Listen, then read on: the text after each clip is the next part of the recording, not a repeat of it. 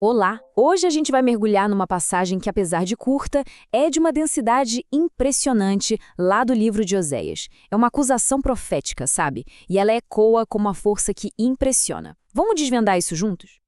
Bom, logo de cara, a passagem já começa com uma urgência que a gente quase consegue tocar. Isso aqui não é um convite amigável, não. É uma convocação formal, um chamado bem direto que estabelece um tom de seriedade absoluta, deixando claro que todo mundo precisa parar e prestar atenção, porque um julgamento está prestes a ser anunciado. Certo, então vamos entender o cenário. O que a gente está testemunhando aqui é a montagem de um verdadeiro tribunal divino. A linguagem usada não deixa nenhuma dúvida. Uma autoridade superior está chamando as partes para ouvir uma sentença. É um momento de acerto de contas.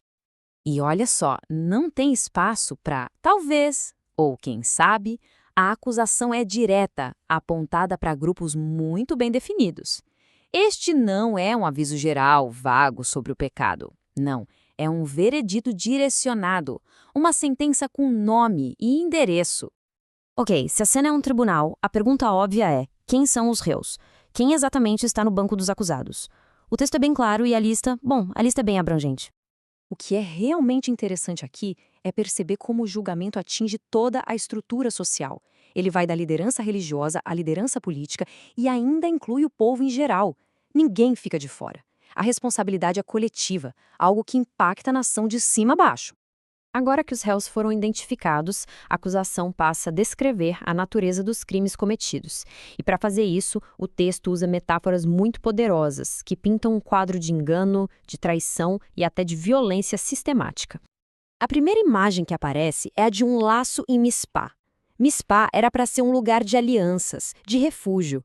Então dizer que os líderes se tornaram um laço ali significa que eles pegaram um lugar de segurança e o transformaram numa armadilha, enganando e prendendo ativamente as pessoas que deveriam proteger. E a ideia continua com a segunda metáfora, uma rede estendida sobre o Tabor. O Monte Tabor era um lugar conhecido, um ponto de referência. A imagem de uma rede ali sugere uma armadilha que é ampla, visível, um sistema de engano que foi calculado e do qual era quase impossível escapar. Aí a acusação fica ainda mais pesada. Não se trata mais só de engano, é algo bem mais profundo e violento. A frase "se aprofundaram na matança" indica uma corrupção que chegou a um nível extremo. E a resposta divina é igualmente forte. O castigo vai ser inevitável e para todos os envolvidos.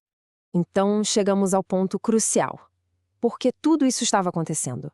O texto não se contenta em apenas descrever os crimes. Ele vai mais fundo, oferecendo um verdadeiro diagnóstico espiritual.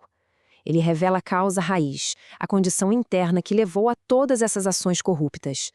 A raiz de todo o problema é chamada de espírito das prostituições. E isso não se refere apenas a um ato isolado de infidelidade, não. É uma mentalidade coletiva, uma cultura de traição e idolatria que se espalhou por toda a nação.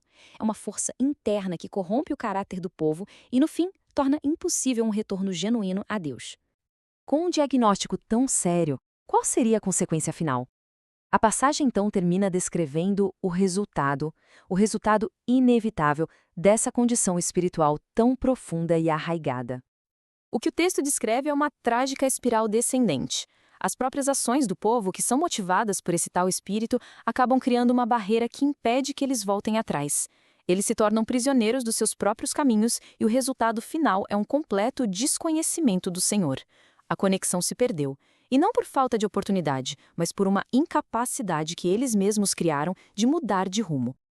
E tudo isso nos deixa com uma reflexão muito poderosa, que vai além do texto antigo. Até que ponto uma mentalidade coletiva pode se tornar uma barreira tão forte que impede a mudança? Fica aí a pergunta para a gente pensar. Obrigada por acompanhar esta análise.